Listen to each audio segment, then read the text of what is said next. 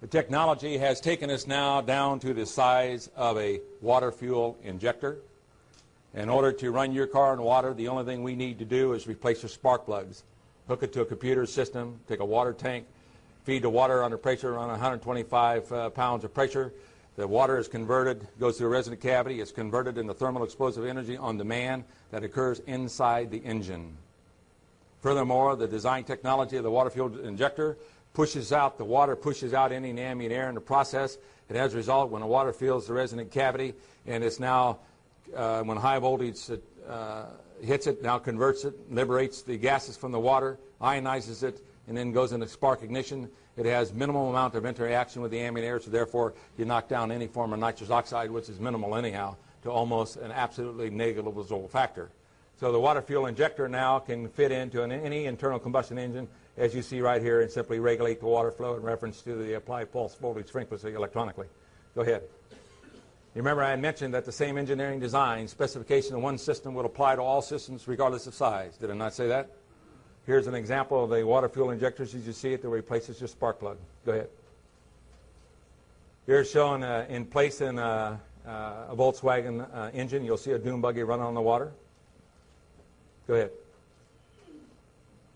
This is the world's fastest Corvette. It broke the 271 mile an hour speed record. We're taking the water fuel injector technology, hooking it up to it, and that's a 7 horsepower engine. We're now increasing it to 1,000 horsepower because we can control the energy going into the engine, and as a result, we're going to try to break the world's land record with that car. Go ahead.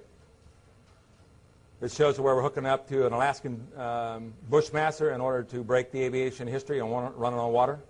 Go ahead.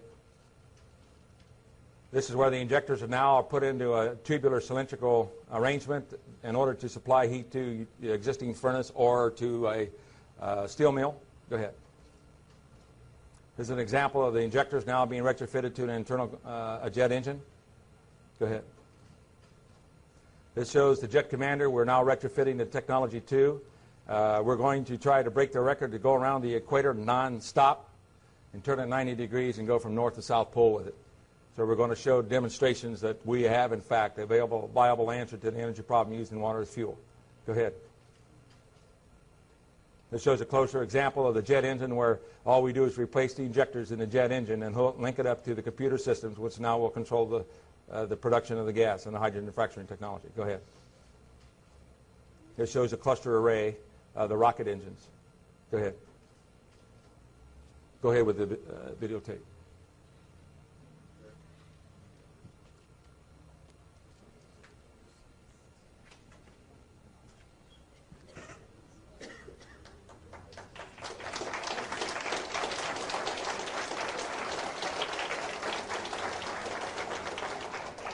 Thank you. After the videotape, I'll open up for questions and answers.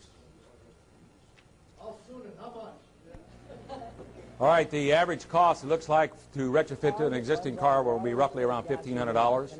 It looks like around $3,500 Myer made for an trucks. announcement today in Colorado Springs.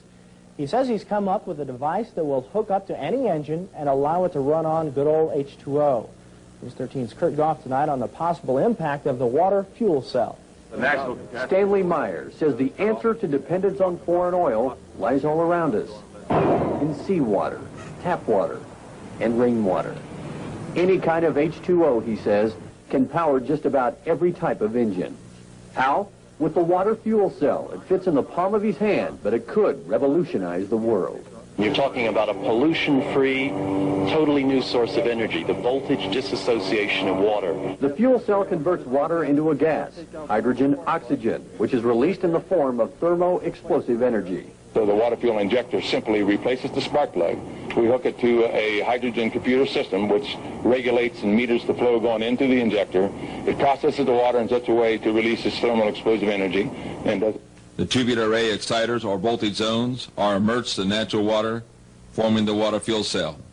Once energized, the gases are quickly generated on demand, releasing energy in the form of hydrogen gas that is 2.5 times more powerful than gasoline. Once the fuel cell meets the energy demand, switch off the voltage zones, terminating the gas. You are now witnessing, in the truest scientific terminology, the ability of burning ordinary water under control means. The temperature produced exceeds 2,500 degrees Fahrenheit.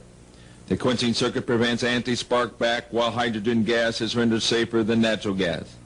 Increased voltage on demand increases flame size, increases BTU capacity.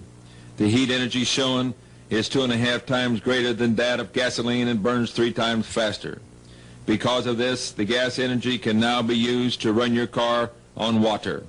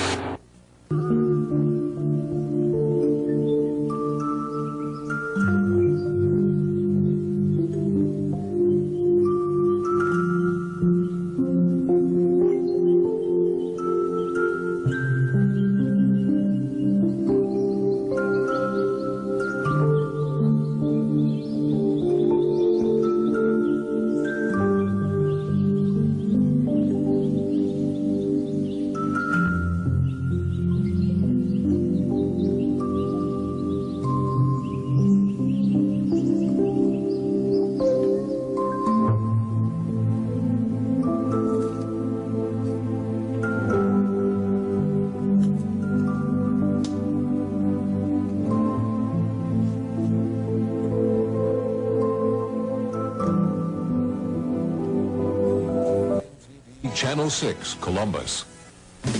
This is Action 6 News, the 6 o'clock report, with Tom Ryan and Gail Hogan substituting for Michelle Galier, Larry Cosgrove with the weather, and Steve Minnick sports. Let's get back on land to top our news here at 6 o'clock. An age-old dream becoming a reality. A local inventor has discovered a way, hear this, to use water to run your car.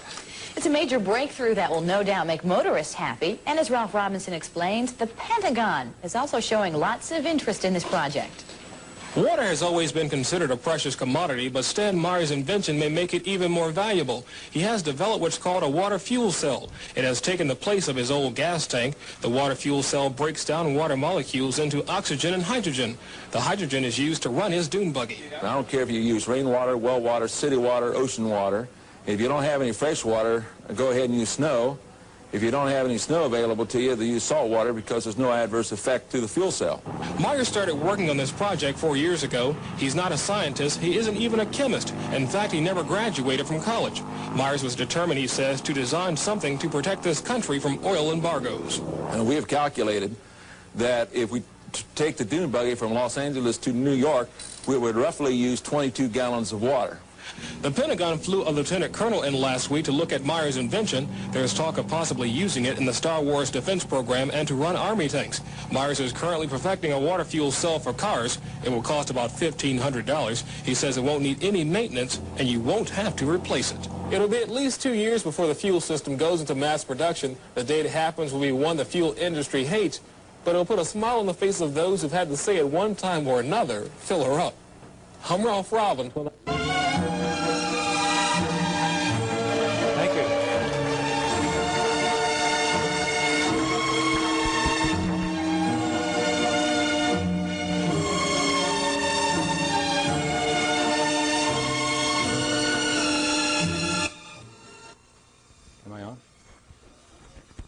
Okay. Thank you. As you see it in the videotape, when I started back in 1975, I didn't have any white hair. Now, is there anyone here that doesn't believe that you're going to fight a lot of battles to bring it in? And we have fought a lot of battles to legalize the technology to bring in this, to use water as fuel. I have over 25 major patents already issued. There's 42 major patents applied. 30 or 25 or 26 of them now have been allowed throughout the entire world. And as a result of this, it gives me the legal rights to bring out the technology. We are in the latter stage of the pre-engineering of the technology. because of my engineering background, it gave me the abilities to take it and design it to get it to a point to get it into mass production. In the very next ensuing months, going into July, hopefully, if there's no more stoppage or preventage or slowdown in our attempt to get the technology in, then hopefully we'll have the dune buggy out under pre-engineering and also the Alaskan Bushmaster.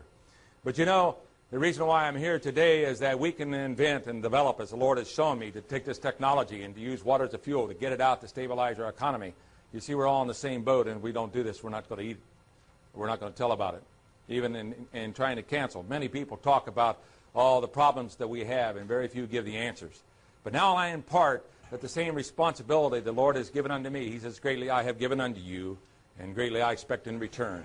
I have turned down over $1 billion cold cash from our friendly neighborhood Arabs, never to do anything and stop on this technology. But the purpose is, you know, we pay out over $200 billion.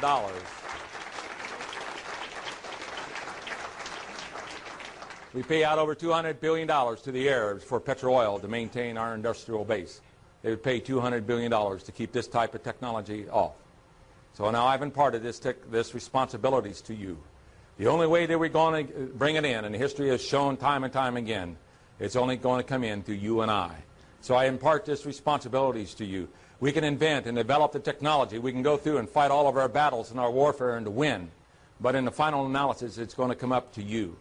And you're going to have to make the decision whether or not you want this type of technology to come in and perhaps solve the environmental pollution problems, perhaps keep food on the table and keep industry alive, and to be able to help clean up the environment so that we can stay on this little planet, which we call the spaceship.